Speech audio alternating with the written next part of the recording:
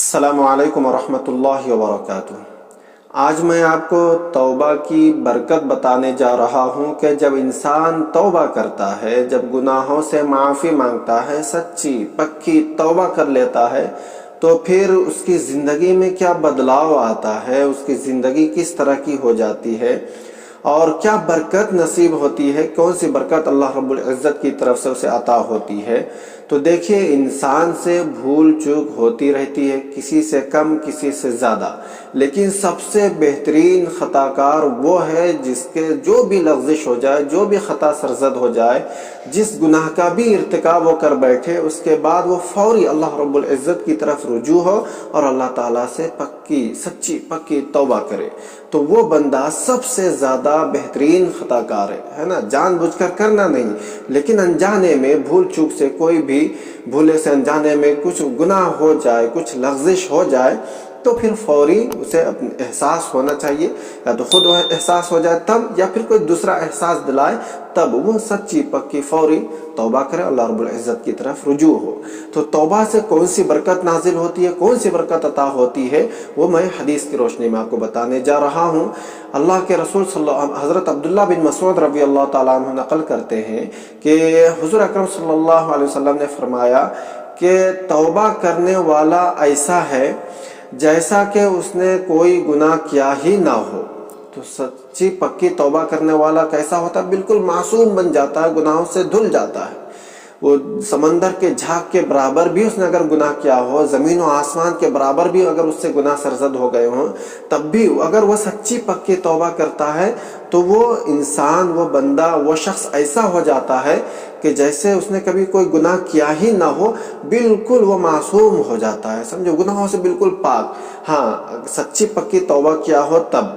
اگر توبہ کا یہ مطلب نہیں ہے کہ گالوں پر تھپڑ مار لیا، کان پکڑ لیا، ہے نا، یہ سب توبہ نہیں ہے، بلکہ توبہ کیا ہے کہ وہ گناہ، جس گناہ کا وہ ارتکاب کر رہا ہے، اس گناہ سے فوری باز آ جائے، اس گناہ کو چھوڑ دے اور پھر اپنے کیے پہ شرمندہ ہو، اور پھر کبھی بھی اس گناہ کو نہ کرنے کا پکا عزم کرے، پختہ ارادہ ہو، سمجھ گئے؟ تو یہ ہے سچی پکی توبہ۔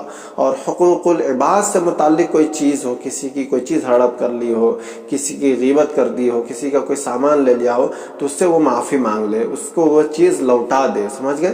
اگر حقوق العباد سے کچھ متعلق ہو تو فوری اس بندے سے معافی مانگ لے، اسے اس چیز واپس کر دے، ٹھیک ہے؟ تو یہ ہے سچی پکی توبہ۔ اس کے بعد پھر کوئی گناہ نہ کرے۔ جب سچی پکی توبہ آپ کی ہو گئی تو پھر اگر کسی گناہ کی طرف دیکھیں، آپ جا رہے ہیں، اس سے میں نے سچی پکی توبہ کر لی، آج سے اس گناہ کے قریب بھی نہیں جاؤں گا، تو اس طرح کرتے کرتے انسان دھیرے دھیرے گناہوں سے بالکل بھی بچتا چلا جاتا ہے، اور اللہ رب العزت کی طرف سے بھی اسے مدد اور نصرت ملتے رہتی ہے۔